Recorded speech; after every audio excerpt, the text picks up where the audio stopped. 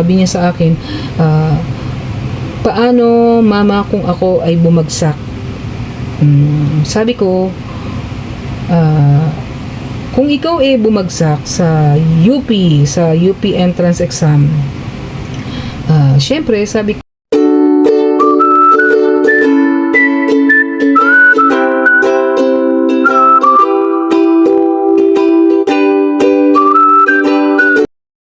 hi guys! Welcome po ulit sa aking channel. Justine Malakay po. Simple pa happy na yan. Simpleng buhay. Buhay na walang arte, less stress.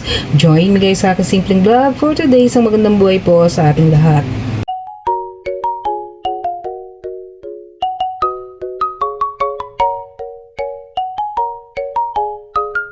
So yan ang gusto ko i-share sa inyo guys. Ayan, congratulations po sa lahat ng mga estudyante. Yan ang mga grade 12 na nag-entrance exam po sa Universidad ng Pilipinas o yung UPCAT na UPCAT po. So University of the Philippines College Admission Test. So yun.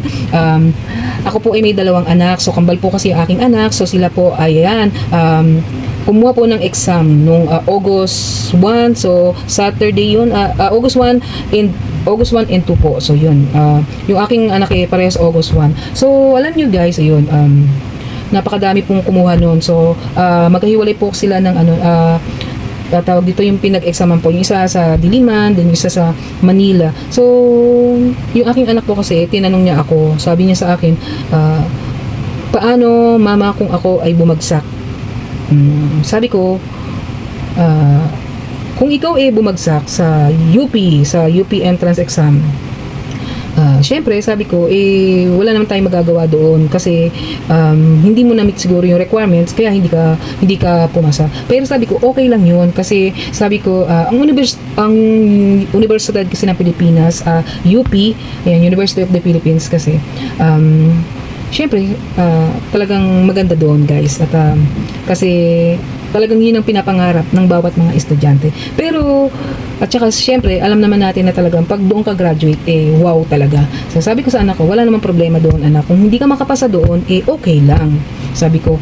At magta-try tayo sa ibang universidad pa na magaganda rin naman. So sabi ko, nandyan ang Bulacan State University, nandyan ang PNU, the Philippine Normal University, nandyan ang TUP, Technological University of the Philippines, at nandyan ang Pamantasan Lungsod ng Maynila. So marami pang school na pwedeng pag-examan. So kung hindi mo na-meet yung grade na yung kung hindi ka nakapasa, sabi ko okay lang yun, walang problema doon. So walang pressure, so hindi ko siya pinapressure. Kung pumasa, thankful. Kung hindi, okay lang, try lang ng try hanggang makita natin kung saan ka magka-college, kung saan kayo kasi kambal nga po yung aking anak, so dalawa sila na magka-college next year. Sabi ko sa kanya, hindi porket hindi ka pumasa doon sa UPCAT, katapusan na ng yun. Kailangan mag-move on sa next chapter na. Kung gumaga, move on na sa next page. So, hanap na lang ng panibagong school na pwedeng pag-entrance exam din. So, sa mga estudyante na kumuha ng UPCAT, nitong year 2026, congratulations sa inyo. Ayan, sa lahat ng mga estudyante. Kasi yung pagpapasa ng requirement, yung mga nakumpleto na yung mga requirement para makapag-exam, at nakapag-exam ko nung araw na yun, magandang oportunidad na rin po yun na nabigyan kayo ng chance na makapag-exam doon sa UP. Pero pag hindi pumasa, hindi naman ibig sabihin nun yun na yung katapusan, tuldok na. So hindi pa yun.